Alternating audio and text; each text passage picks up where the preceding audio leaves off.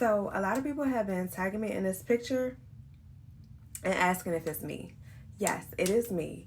This article went viral back in 2020 or 2021 first, and then it went viral again a couple years later, and I guess now it's recirculating. But yes, it is me. And while I am so proud to be the face of Black women being the most educated demographic in the country, and I feel like I'm carrying a whole hood on my back, like while I'm happy, I'm overjoyed, ecstatic about that. I want to talk about the girl in the picture because I want to give somebody some encouragement. A lot of times we like to harp on the highlights and we don't talk about what it actually took for a person to get to the place that they're in. We come into somebody's life at a particular chapter, and sometimes people can even get envious because they don't know what it actually took for a person to even get to that page in the book. So I want to talk about that, and then I just want to leave you guys with the word, okay? So welcome to my church. We pray, we cuss, we drink our wine here. but yeah, feel free to be yourself in my church. But no, for real. The girl in this picture was technically, in the world's eyes, behind. I started college in 2007. I did not finish college until 2013. I'll break it down for you. I got pregnant with my daughter my junior year of college, and I went to school all the way up until she was born in May. I went to school all the way up until finals in May, finished that semester out, and I think I had maybe a year or so left.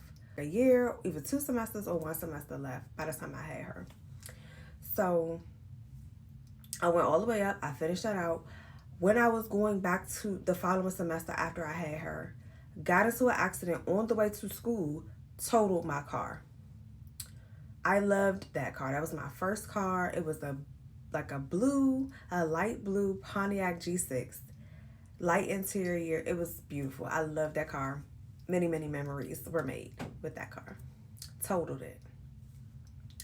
And I didn't go back that semester because of the accident. There was another situation, another semester, where there was an issue with financial aid, whatever. And by the time I realized that they had dropped my classes and it was too late to register. So this was a different time. So I was about, y'all, no, listen to this. I had applied and had gotten all the way to the final stages of being a Metro Transit police officer. I don't know. I just be doing stuff. I don't know why I went out for that. But I had done everything. The written exam, the physical exam. Lord knows I don't know how I passed that. Barely. Passed that. Went through like a round of interviews. Passed the interview. And I will never forget the guy that interviewed me. Y'all, at that time I had clipper close hair. It was probably blonde, I think, at that time. I came to the interview when I was young. Mind you, I was young. I had on like some like dress slacks or whatever, but I remember I had on like a leather jacket, and I had like big hoop earrings on. I was young, y'all. I was young. And today, me, if I ever did have to interview for anything, I would never wear anything like that to interview. But I was young, wild, and free, child. Like, I came to the interview, and he was like, "Why do you have that on at this interview?" It was like a older Black guy. And I was like, I don't know. And he was like, "What makes you special?" And I couldn't answer him at the time. And he was like, "I see something in you, but you don't even see it in you. Because if you did, basically, if I did, I would be able to express it." I will never forget that man telling me that at that interview. He passed me. He passed me through the interview. And the next stage I had to go through was the background check.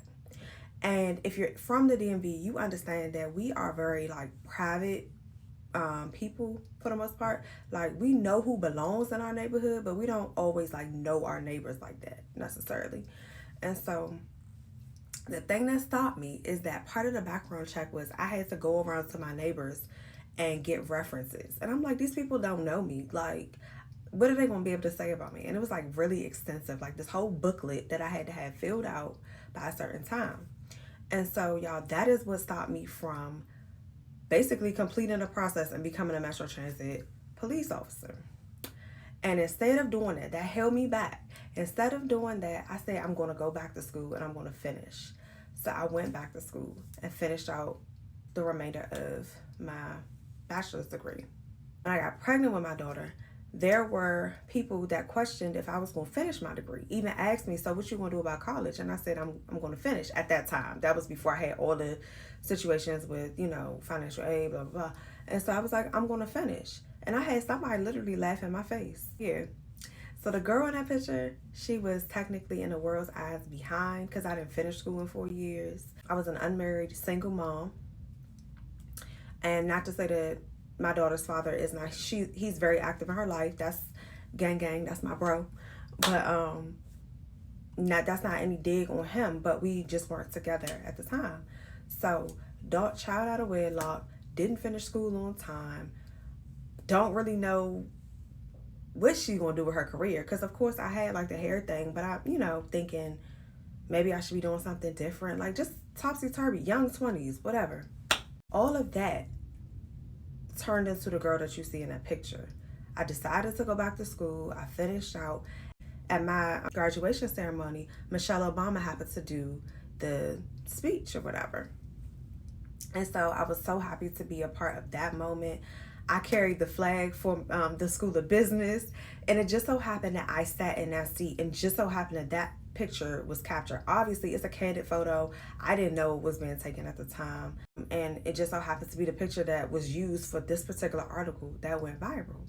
So what I want to leave you with is God has reserved a seat for you. That seat, it wasn't like it was an assigned, it was an assigned seat, but it wasn't technically an assigned seat, if that makes sense. But I just want you to know that God has assigned a seat for you. A lot of times we talk about the table He has prepared for us, or will prepare for us in the presence of our enemies and blah, blah, blah. But don't forget about the seat that He's assigned for you. And nobody can fill it. It is custom made for you. It's your favorite color. It's the material you like. It's the right comfort level. If you like vibrating, if you like heated seat, whatever it is you like, God has reserved a seat especially for you. Get comfortable. Own that seat. Pull up the chair with confidence to that table that God has prepared for you. Understand that if you so happen to get up from your seat and you need to go run to the bathroom, and in my example, when I say run to the bathroom, I mean like figuratively. Like if you make detours in life and you think I'm not on track and oh my gosh, don't worry, that seat is for you. That's an assigned seat. Your name is on that seat. So whether or not you have to take 5 steps, 2 steps, or 2 million steps, the seat is still there. It's still yours. God doesn't snatch it back and say, gotcha. No, He has reserved it for you. It is custom made for you. It is yours.